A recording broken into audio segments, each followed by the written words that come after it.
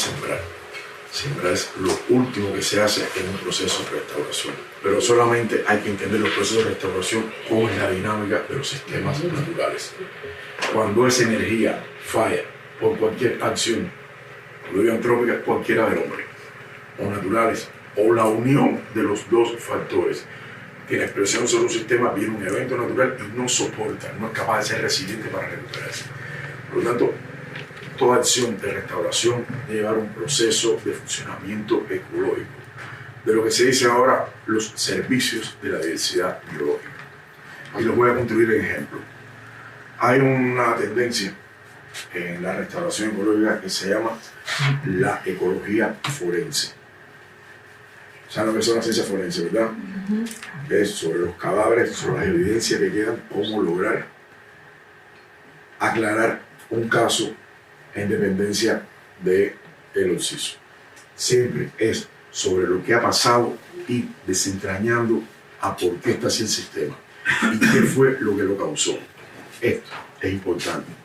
El diagnóstico inicial de un área es la clave para poder desarrollar un correcto programa de restauración. Por supuesto, avalado en un área protegida y en un plan de manejo donde están descritos los programas, es mucho más efectivo realizarlo. Pero son pasos que nunca se deben obviar. Estos son los 5 pasos críticos que no debemos violar a la hora de acometer un proceso de restauración.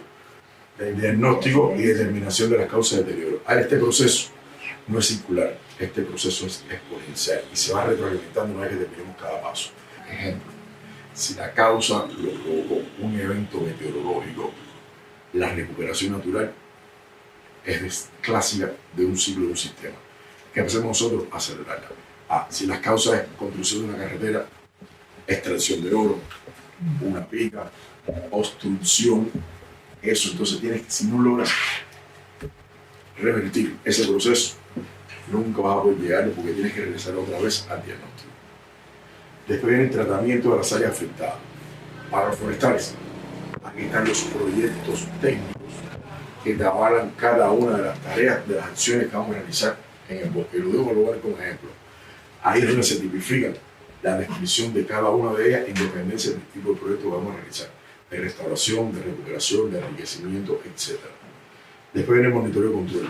Miren que esto es importante, porque esto es lo que te verifica que esto fue efectivo, que lograste alcanzar esto, que hiciste bien las tareas y que te va a estar diciendo con respecto a un área deteriorada, a un área que está deteriorada, qué está pasando. ¿Por qué?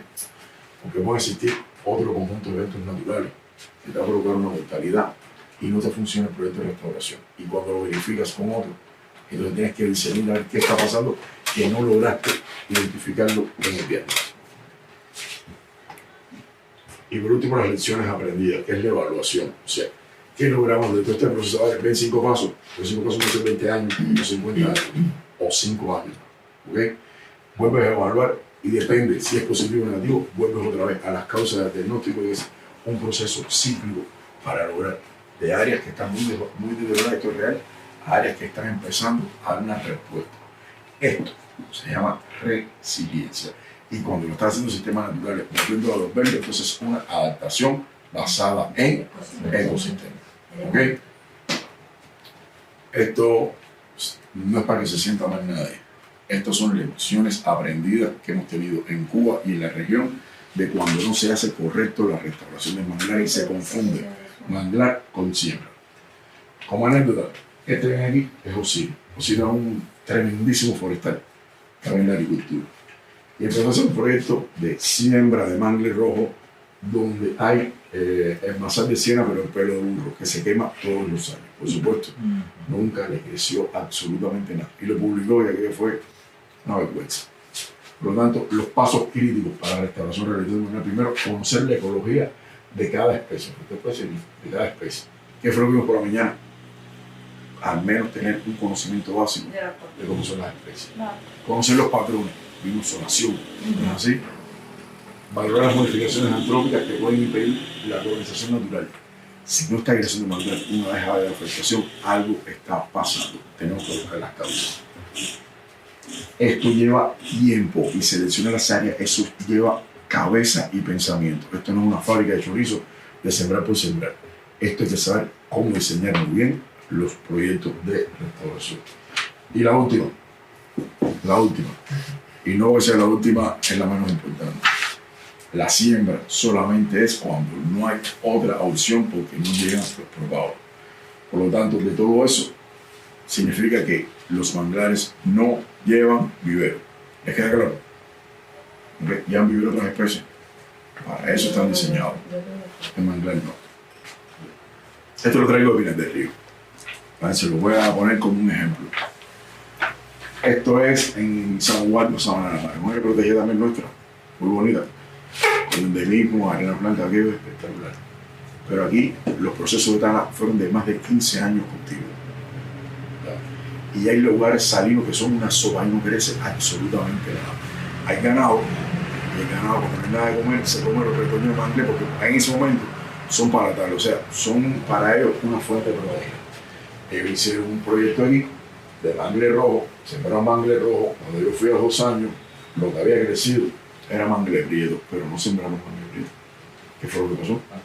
¿Dónde está el mangle rojo que sembraron?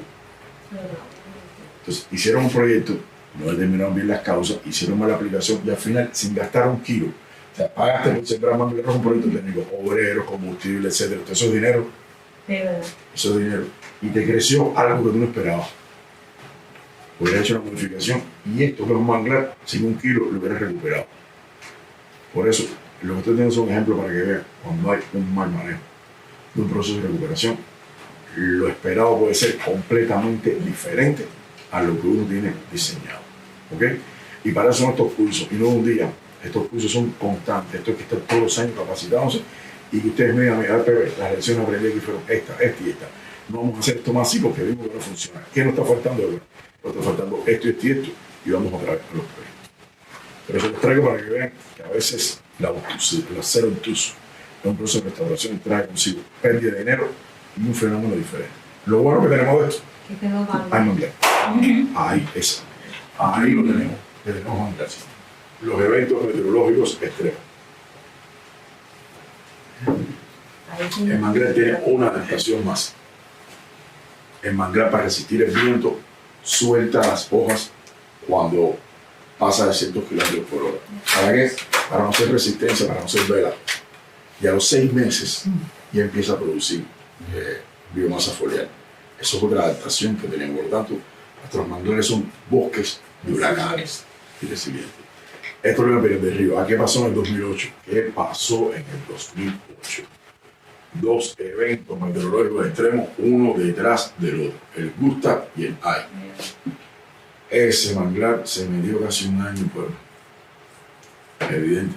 Más de un año recuperarse, pero ya cuando fuimos por monitorear, sin problema ninguno.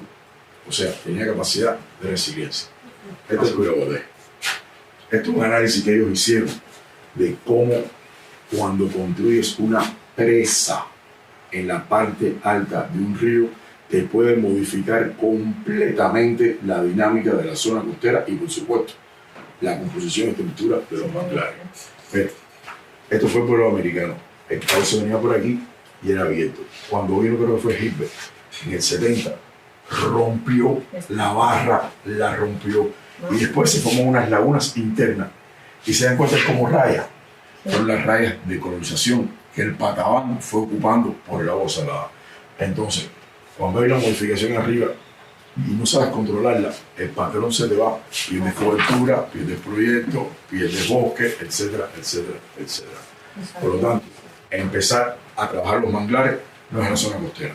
Hay que empezar a trabajarlo en la cuenca alta que tienen ustedes. Una buena cuenca funcionando te asegura un buen funcionamiento de los manglares y una estabilidad. ¿Entienden eso? Los manglares no de la costa, los manglares completos de toda la cuenca. A ver, les traigo diferentes ejemplos. Caimanera, esto le quedamos cerca de ustedes. Bueno, la parte más cerca. Caimanera tenía un problema. En Caimanera estaban las minas de sal. Para hacer una mina de sal se hacía sobre un manglar. Literalmente hacías grandes piscinas, proceso de solvatación y después ibas recogiendo la sal. Cuando eso va a funcionar, ¿qué es lo que tienes? Un caldero hirviendo de sal. Cuando sopla el viento, eso es un salitre que es un ácido para las personas. Un ácido. ¿Qué empezaron a hacer los muchachos de la empresa forestal? Empezaron empíricamente a sembrar mangle rojo. ¿Se acuerdan de la tabla de salinidad? Aquí había casi 100 partes por mil de salinidad. Si siembras mangle rojo, ¿qué pasa? Se muere y se adelantaron. Y empezaron a hacer canales, y los canales cuadrados. En la naturaleza no hay nada cuadrado. No. Para nada.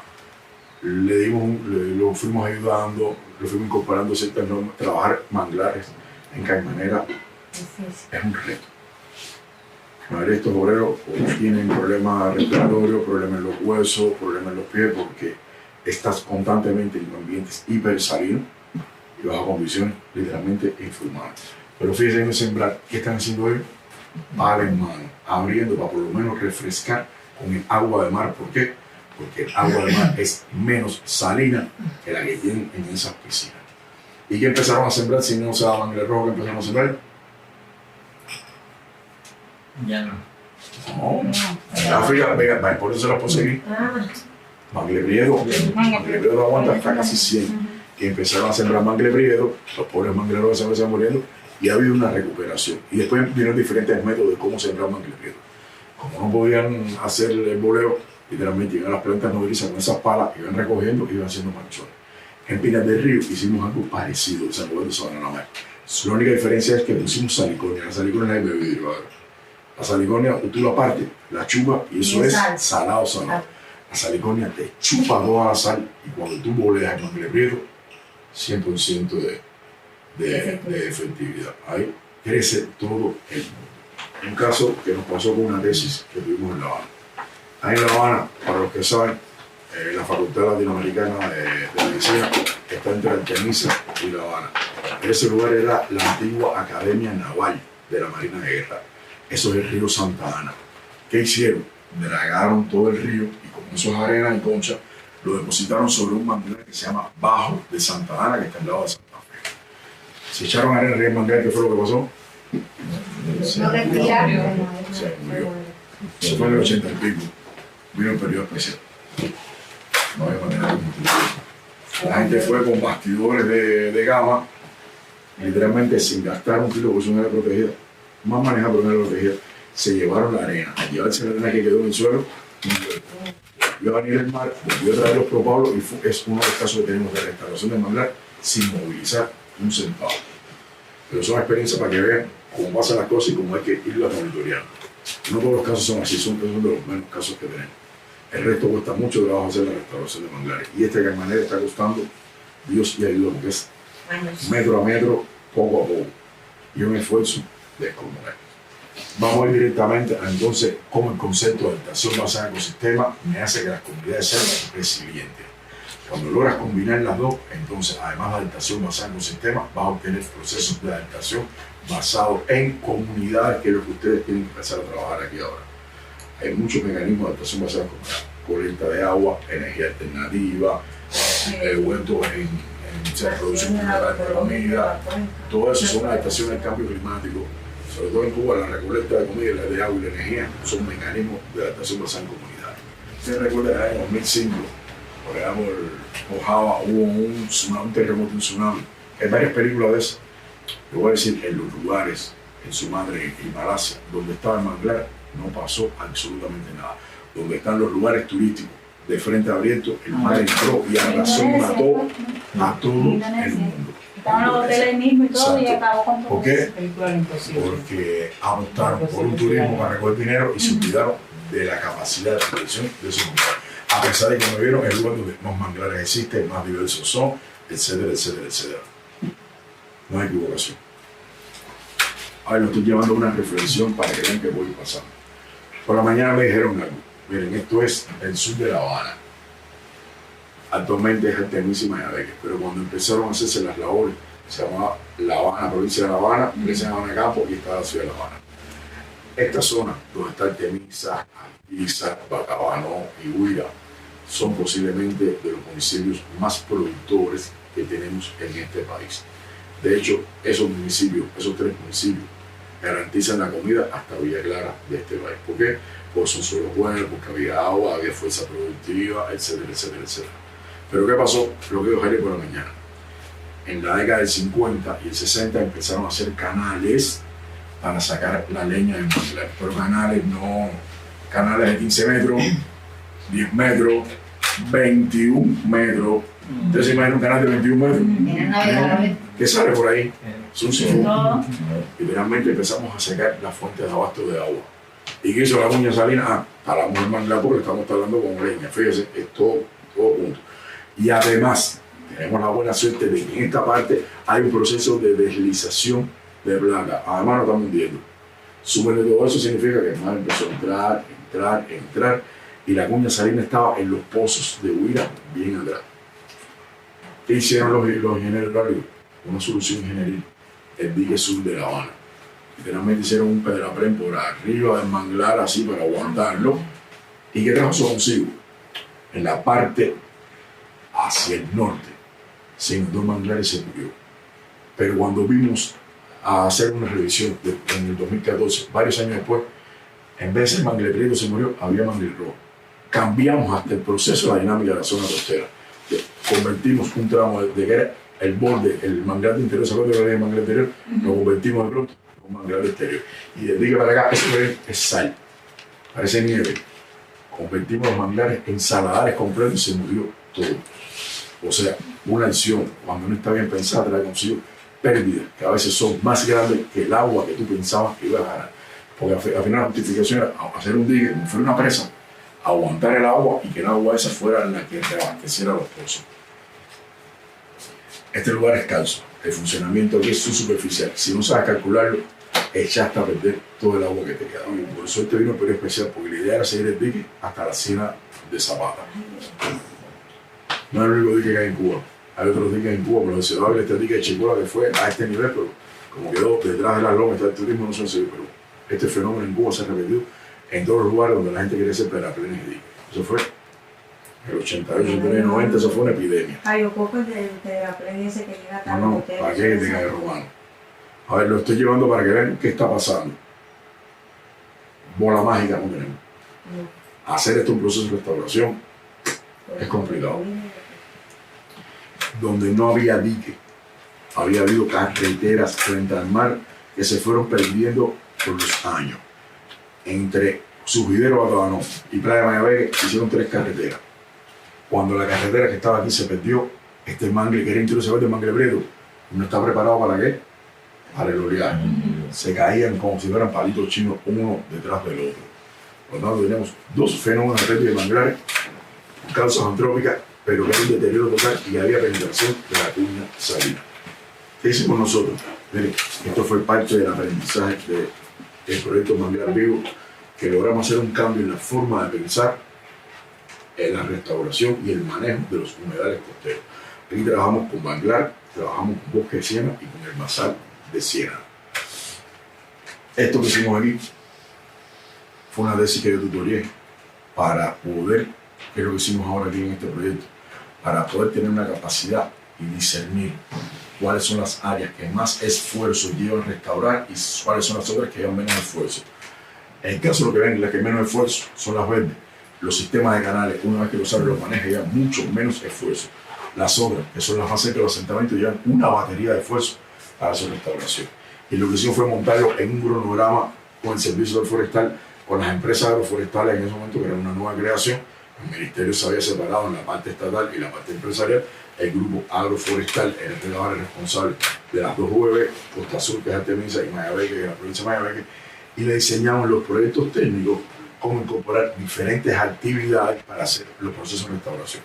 Ahora, esto fue antes de la transformación monetaria que sufrimos después. Cuando nosotros tenemos proyectos, esos obreros ganaban 100 y pico de pesos o 300. En el proyecto iba por la mitad, los salarios de esa gente estaban entre 1.500, 2.000 y 3.000 pesos. Por lo tanto, lo que le fue arriba a ese manglar eran obreros de todo tipo. De brigadas de personas, terminé con brigadas de 50 y pico.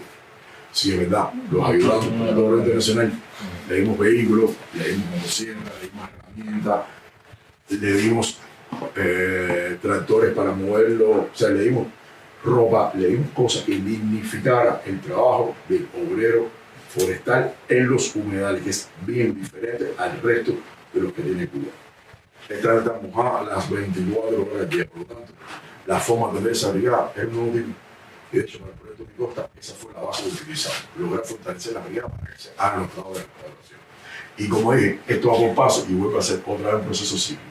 No logro hacer la restauración, vuelvo a revisarlo y lo vamos haciendo. Ahora un manglar, una vez me preguntaron, Pepe, ¿en qué tiempo un manglar se restaura? No, eso no es así. El término de pérdida puede ser en un día. El término de recuperación va entre 5 y 20 años. Y con mucha afectación que se parezca, más de 50 años. Porque lo que más se demora en restaurar el manglar no es la planta. ¿Qué cosa es? El suelo del manglar, que depende de lo que esté arriba y de lo que está aportando. Técnica de restauración, rehabilitación. Mire, esto es un racimo. De otra manera van a tener, con el proyecto van a tener el manual mío de restauración, no se preocupen por eso. Esto eran, como decir, un abanico de opciones que podían aplicarse o solas o combinadas. En lugares donde hay mucha erosión, combinamos diferentes acciones con protección contra estaca. Hicimos nicho, la siembra de termostaca en el mar, esto dio muy resultado, pero en lugares que son mucho más cerrados, donde no hay oleaje, y el método de las islas. Literalmente esto es como un fomento de islas y vamos haciendo corredores para poder conectarlo. Todo eso lo que trae consigo es que son diferentes métodos. A la hora de hacer proyectos técnicos es mucho más factible montar diferentes proyectos técnicos, pero el más fundamental de nosotros, es la restauración hidrológica. Esto, para que vean, fue un periodo de formación de varios años. Es el lugar donde no hay mangle rojo. Esto era, ¿saben dónde se estaban cayendo uno por uno? Hay que hacer una franja de mangle rojo. Fuimos fomentando, la fuimos monitoreando y cuando pasó el tiempo ya tenemos una franja que cuando a nivel de proyección hubiera un ascenso a nivel medio del mar que llegara a ese lugar, hubiera una franja mangle rojo que sea capaz de poder brindar los servicios de protección costera que hasta ese momento no tenía. Literalmente hicimos una modificación para lograr un buen servicio de ese ecosistema. ¿Fácil? No suena fácil. La ventaja que tenemos con el manglar es que en el manglar no hay incendios forestales. Es la gran ventaja que tenemos. Pero en el almacén sí, en el bosque de siena sí. Y esos son los factores que tenemos que ir trabajando como limitar. Esto visto de la perspectiva de afuera. Lo que ven aquí, la vamos a volver a ver. Este mangle prieto está cayendo y lo que ven aquí es cómo ha ido creciendo esa franja de mangle rojo para que sea la protección. Los sistemas taquillados, estos son temporales, estos no se quedan por siglos, son 1, 2, 3 años. ¿Qué hace eso? Evitar la erosión y darle tiempo a la acumulación de materia orgánica en la zona costera. ¿Para qué? ¿No ves? Para que entonces podamos hacer proyectos. No quiere ser manglar, porque no es los propados, entonces aplicamos métodos de nicho, lo que hacemos es fomentar en lugares donde entra la arena, como que tenemos aquí, para empezar a fomentar con materia orgánica y empieza a crecer el manglar. De siembra en áreas que es el que menos se aplica, pues este es el lugar donde, como hacemos nosotros, la mordida en la zona costera es tan fuerte que no te da tiempo. Y ahí se perdió el sustrato. Eso lo que hace es engañar al propagador, hacerle creer que está creciendo sobre el sustrato. Y el tipo tiene la raíz, se va a fondo y se establece. Esto es en Cajío, esto es una franja de 10 metros. En 10 metros, y ese manglar fue capaz de soportar lo que le llaman a ellos los subes, o sea, el evento de surgencia marina que se produce en los subes. Y esto es un caso que le traigo. Vieron a Cajío ahorita, ¿no? O sea, todo lo que se afectó fueron los implantes estos de aquí. En estos lugares hicimos siembra de mangle. Hubo unas personas que en un evento del ciclón del 2000 cuando hicieron la evacuación, cortaron todo ese mangle que había aquí. Un esfuerzo de siembra inmenso. Y esa gente se quedaron desprovistos. La lección fue que lo que hicieron mal les provocó la destrucción de la casa. Pero si ven qué notan en esa imagen con respecto a cada uno, o sea, manejo de regeneración, método de isla, regeneración natural, ven que es una combinación. ¿Qué significa eso? La restauración no es una receta única, es una combinación de diferentes métodos que lo están monitoreando constantemente para ver si es efectivo. Este lugar de aquí, lo voy a hacer la historia más rápido de Cajío. Ustedes vieron el indio, ¿verdad? Ese indio, yo conocí al alcalde de Cajío hace muchos años. Ese indio, Cajío no existía. Ese fue un indio que le daban a la década de Comete para poder vender todos estos terrenos. Hicieron toda un mito, una leyenda, el indio que está mirando al mar. Cajío está aquí desde el año 62. Cajío estuvo aquí desde el 40 hasta el 62. Este era el campo pelota, todo eso era pelado. ¿Qué significa esa gente? Aquí vino un ciclón y los arrasó y tuvieron que mudarse para este lado.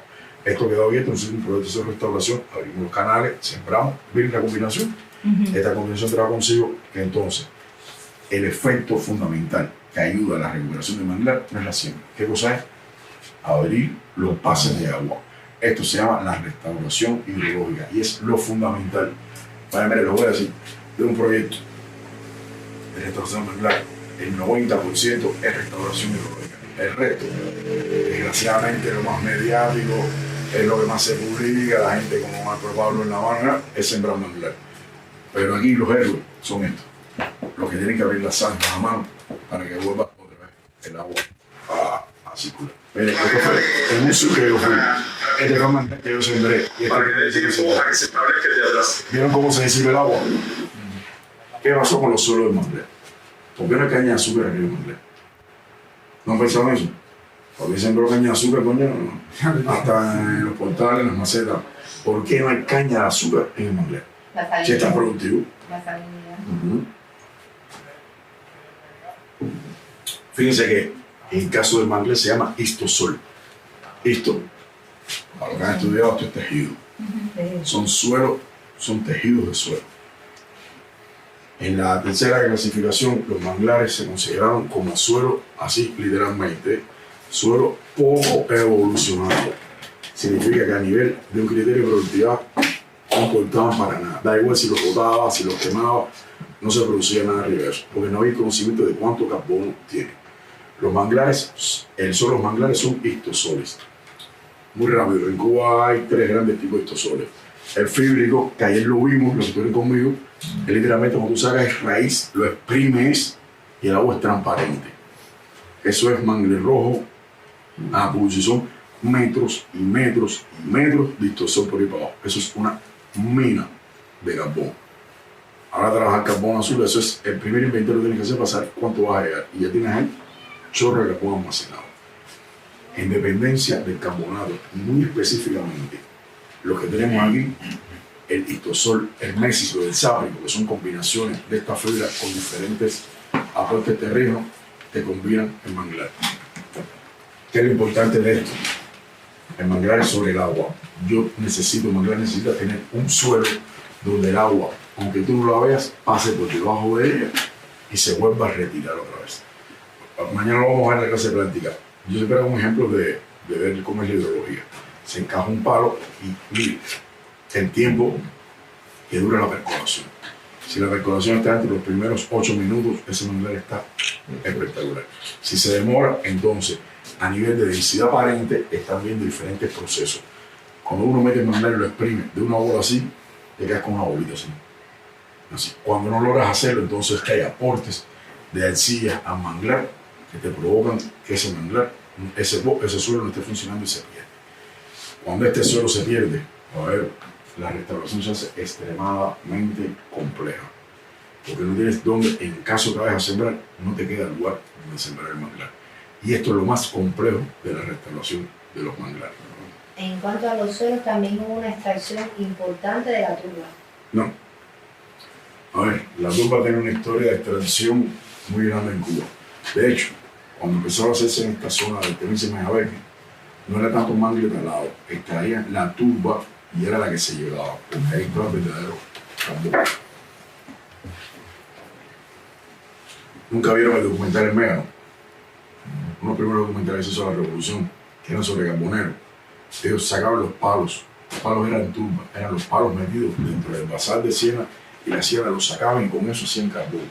Ahí esa turba es lo más rico que hay en carbón.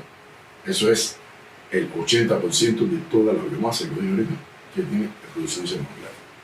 Ahora, ¿recuerdan el bosque que le enseñé, que le dije que parecía que era nieve salada? Es este. Este es el dique sur. Miren una carretera, recuerden que estaba así inundado hacia arriba, este es el dique sur. ¿Cómo lograr reconvertir eso? Cuando esta agua no logras abrirla, porque si rompes el dique te van arriba que te matan. Tenemos proyectos para hacer unas obras fábricas, pero en ese momento era muy complicado hablar de romper una obra hidrotécnica. Buscamos personas que supieran cultivar arroz. Y a partir de ahí enseñamos a los obreros forestales, ahí están sembrando, ahí están abriendo, están amontonando la materia orgánica y están abriendo agua del mar hacia la tierra, porque el agua del mar era mucho más fresca que esa. No llegaba de la manera, pero era muy complicado. Y esto fue un proyecto. Hasta que no logramos bajar la sanidad de 28, no hicimos ningún proyecto de cierre. ¿Por qué? Porque no tenía reunión. Ahora, esto es otro ejercicio de restauración que aplicamos en Cuba. A ver, esto lo hicimos en la bahía de La Habana. igual que la bahía de Santiago de Cuba, ha sido de las más contaminadas que se tiene. ¿Qué variante tenemos la de La Habana?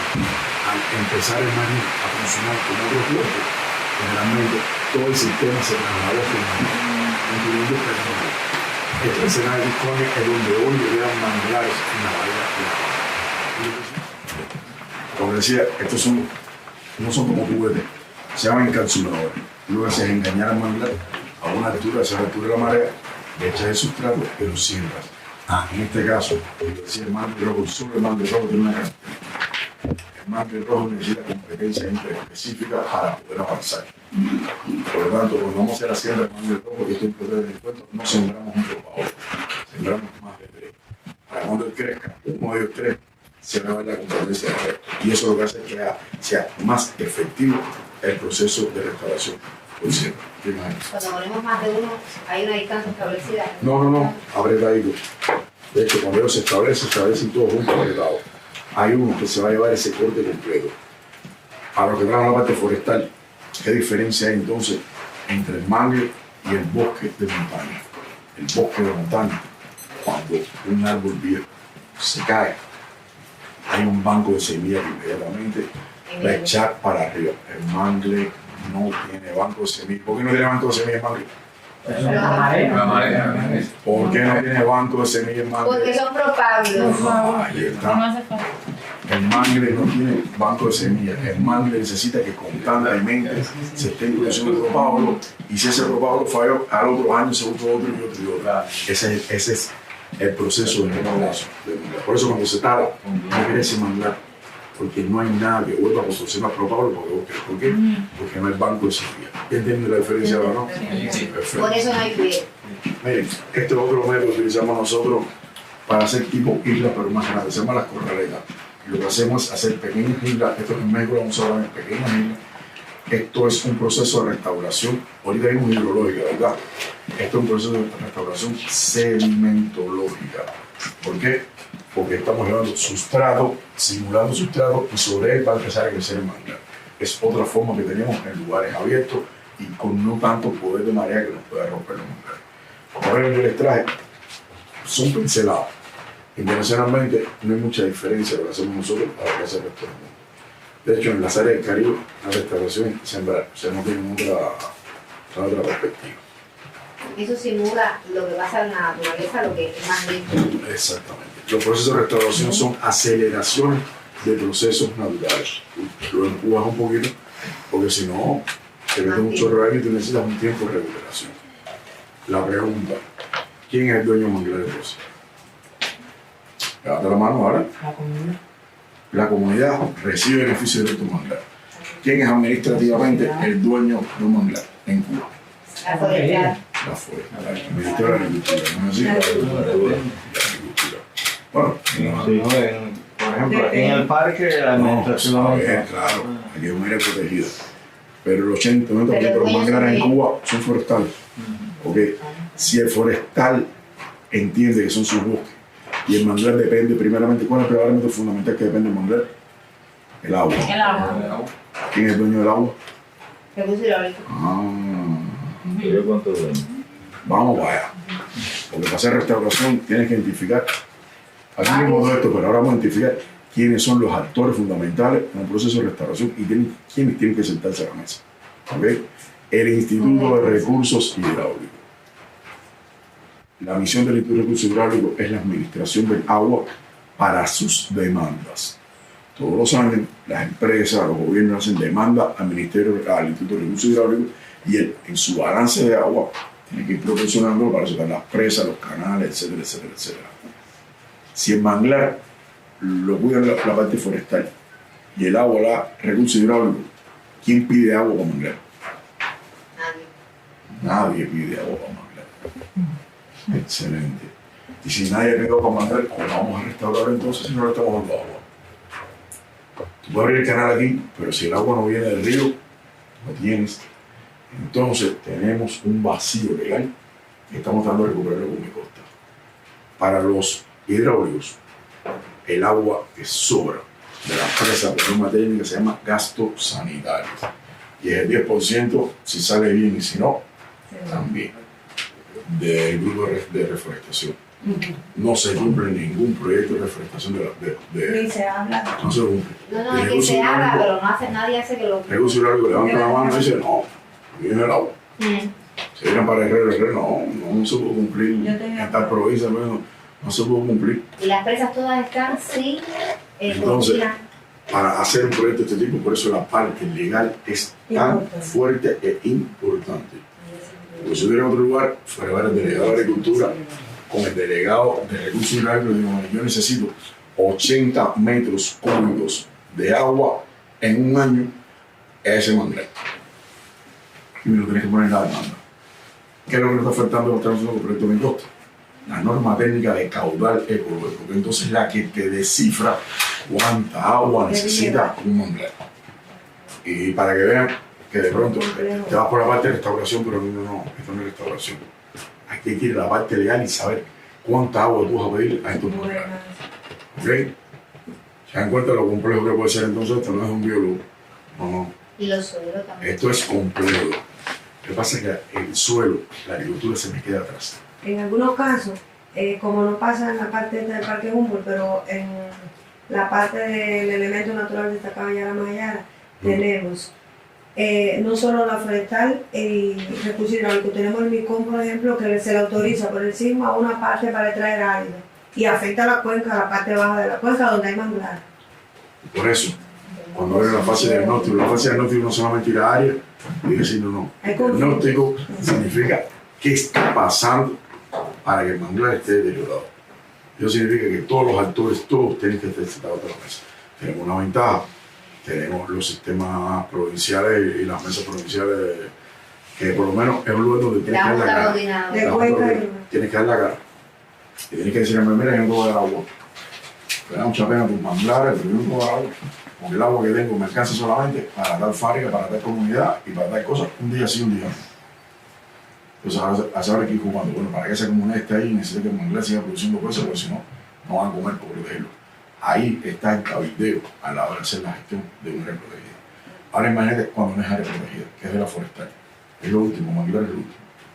Lo último, yo prefiero hacer otras formaciones vegetales porque voy a construir parle, porque voy a traer madera, esto, lo otro, y voy a sacar dinero empresarial. Sin embargo, a nivel de carbono, aquí hay más dinero que todos los bosques terrestres que tenemos en la parte de energía. Es un problema de gestión. Lo que les quiero decir es que el proyecto de restauración no es ir a sembrar manglar, no. Un proyecto de restauración es un proyecto de gestión de la zona costera. Y la gestión de la zona costera comienza en el parteado. Comienza en la cuenca, un proyecto de la cuenca. Ahí comienza la gestión para saber qué está pasando.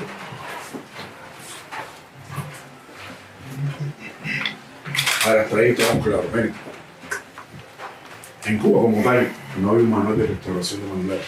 A partir del proyecto Manglar Vivo y de la experiencia que tuvimos, empezamos a sacar algunos resultados, lecciones aprendidas, no solamente del proyecto, sino de otros lugares que teníamos, y logramos publicar un método de intervención para no de restauración, para recuperación de la salud del ecosistema manglar.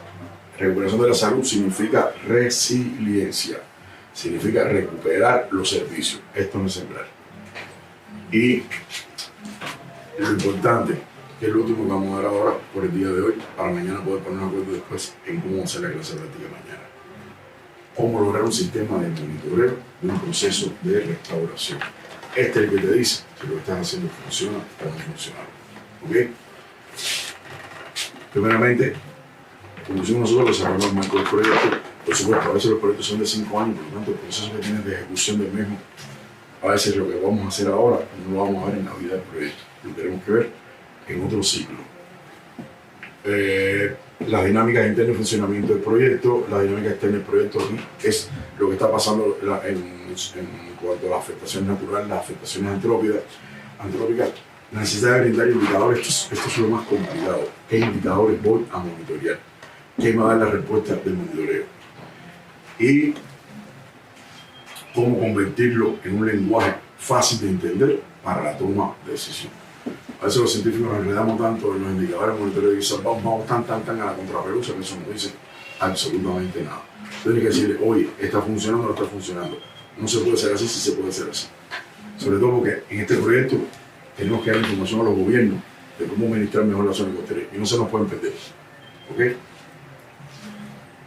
Ya, bueno, ahí se ve un poco mal. A ver, en el sistema de monitoreo, como lo desarrollamos, fue a partir de impacto y revisamos sistemas naturales, sistemas socioeconómicos y sistemas administrativos. Todo esto constituye la base de la gestión de los manglares. En el caso nuestro, sobre todo, estamos viendo en cuanto a impacto, resiliencia y salud, o sea, cómo se estaban devolviendo los servicios del desarrollo local. Esto podríamos medir para que se viera un cambio en el manglar.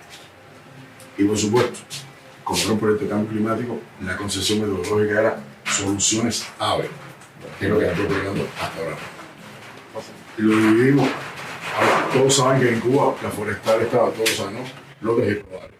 O sea, no podemos negociar ese término. Si quieren que nos entendieran, tenemos que hacerlo tal cual estaba la dinámica forestal. Por lo tanto, los explotables, los de manglar y la forestal tienen establecido su sistema de ordenamiento. El trabajo de monitoreo de campo, mira, este es el fundamental. Este es el que te da la verdad. Claro, necesitamos un proceso de percepción remota porque a veces no voy a llegar a todos los lugares. Un trabajo de campo y un trabajo de percepción remota cuando solamente te quedas en la oficina. Lo que hicimos, un ejercicio que hicimos ayer aquí, fue percepción remota y campo tras del índice de vegetación para saber qué áreas estaban afectadas o qué cambios había en un área. Esto no es llegar y decir, no quiero restaurar este manglar, ¿por qué? Porque este no es PRD. Pero nuestro estudio dice que los manglares más importantes aquí son esto, por esta razón. Esto no es un capricho, esto es que hay una verificación. Y los sensores remotos son herramientas fundamentales en la toma de decisión. No es leer un mapa, es saber interpretar qué está pasando y cómo convertirlo en acciones y procedimientos para recuperarlo. Miren, nosotros en el proyecto determinamos 4 elementos fundamentales para entender qué está pasando en un proceso de restauración. Tenemos los controles, son lugares donde ha habido afectación pero no hacemos ningún tipo de acción para ver si ha habido una variabilidad climática, hidrológica, etcétera, que pudiera modificar. Las áreas tratadas, ahí donde hacemos toda la batería de metodología que les puse anteriormente. Tenemos el blanco, que eran con las mismas condiciones, pero que no poseían manglar. Y teníamos el patrón. El patrón es a dónde te debes dirigir o a dónde tú quieres llegar porque lograste verificar en el diagnóstico que el patrón era lo que había en esta área. Esto al menos te da un conjunto de variables que te permitía discernir si lo que estábamos haciendo tenía un impacto a nivel de fenómenos meteorológicos, fenómenos de salinidad u otro fenómeno en el área que me pudiera afectar a toda la comunidad que estábamos monitoreando. Y era muy bueno para discernir. Esto nos dio un gran éxito para poderle demostrar a los tomadores de decisiones que las acciones que estábamos haciendo eran efectivas y que había una respuesta resiliente en el manglar. A veces hay patrones hasta en el desarrollo del sistema de raíces del manglar rojo que te da un indicador de aumento de resiliencia del mismo porque se está estableciendo en la zona. En caso del monitoreo de campo, aquí es fundamental. Aquí, esto es mucho lo que hacen ustedes, es preparar equipos para tomar la información en el campo y verificar que lo que estamos determinando en los sensores remotos es lo que se cumple. Los procesos con recuperación de aparatos de medición de respuesta de suelo, fundamental. Aquí el histosol, medir los histosoles era clave para saber qué estaba pasando, porque donde no hay histosol, ¿qué pasa? No va a ser recuperación. Mecanismo de colonización y estabilizando los individuos. Recuerden, esto lo vamos a ver. Si logramos determinar esto, es que las acciones que estuvimos haciendo en la instalación ecológica son efectivas y sin gastar un kilo se está recuperando. Respuesta adaptativa a la regeneración natural. Eso son cuando logras hacer la sombra, o sea, cuando logras acelerar el proceso de competencia y hay una respuesta positiva, entonces está dando respuesta natural. La productividad de los bosques se mide por biomasa. Hay que hacer parcelas de mediciones con las que hicimos ayer. Y lo otro, cuando hay una afectación del manglar, la fauna se va. Cuando empieza a haber reportes de nuevos reportes de la fauna que existía y no está en el lugar, son indicadores de éxito de un proceso de restauración. Y ustedes que caminan en el campo, eso es así. Oye, aquí hace 10 años que no había canario en manglar. Acabé de ver una pareja de canarios en manglar. Hay un cambio. Hay un cambio. Nosotros lo medimos aquí sobre todo por los cocodrilos en esta zona. Se desaparecieron los cocodrilos y de pronto después del proyecto empezó a restaurar, empezaron a haber reportes de apariciones de cocodrilos. Significa que algo estaba pasando que lo hacía muy atractivo. En el caso de la fauna, Miren, la fauna dulce acuícola de Cuba es un indicador de calidad, porque un parámetro de calidad desaparecen completamente. Las aves, los bivalvos son excelentes indicadores de salud. ¿Qué hicimos nosotros? A ver, teníamos una revisión de campo, pero eso hay que invertir en un sistema de información. Nosotros logramos, caballero, esto es rudo. Ustedes trabajan en la parte de monitoreo, ¿saben? Nosotros logramos casi 250 puntos de verificación de monitoreo. Midiendo los parámetros: vegetación, suelo e hidrología. O sea, había que tener mucha información del manglar. ¿Y qué hicimos con esa información y la estructura del bosque? Un mapa de salud del ecosistema de manglar. Ya lo introducieron en NDVI. De hecho, la salud que había en esos lugares cuando empezó el proyecto era regular a mala. Había lugares que no había ni una gota de manglar.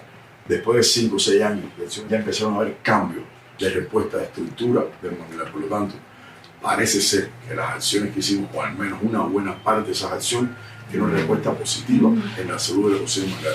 Aún con el dique construido, aún con presiones económicas, gente llevándose la corteza del mangle, incendios forestales, etc. A pesar de esas presiones, parece que hicimos algo que fue bastante bueno.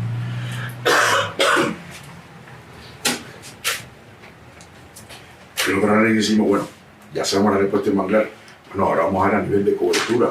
¿Qué está pasando? Ha habido crecimiento de cobertura. Y aquí es importante lo que voy a decirle. Aquí no tanto el crecimiento de cobertura como la dinámica de la cobertura y la estructura de los bosques. Hicimos un análisis temporal de las coberturas de manglares. Bueno, hay diferentes formaciones vegetales. Este es el bosque de manglar, el que tienen aquí. Y lo que les quiero decir es que en un balance de cobertura, no es que desaparezca un manglar y aparezca otro. Aquí los bosques de siena están muy deteriorados. Con las acciones del proyecto aumentaron los bosques de siena. Pero estamos en un lugar finito, aquí no hay invento. Si uno aumenta, ¿qué le pasa al otro? Tiene que disminuir. Aquí se redujeron los herbazales de siena porque aumentaron los bosques de siena y los manglares. No es que sea bueno o que sea malo. Esa fue parte de la dinámica que aplicamos para lograr un proceso de recuperación de la cobertura.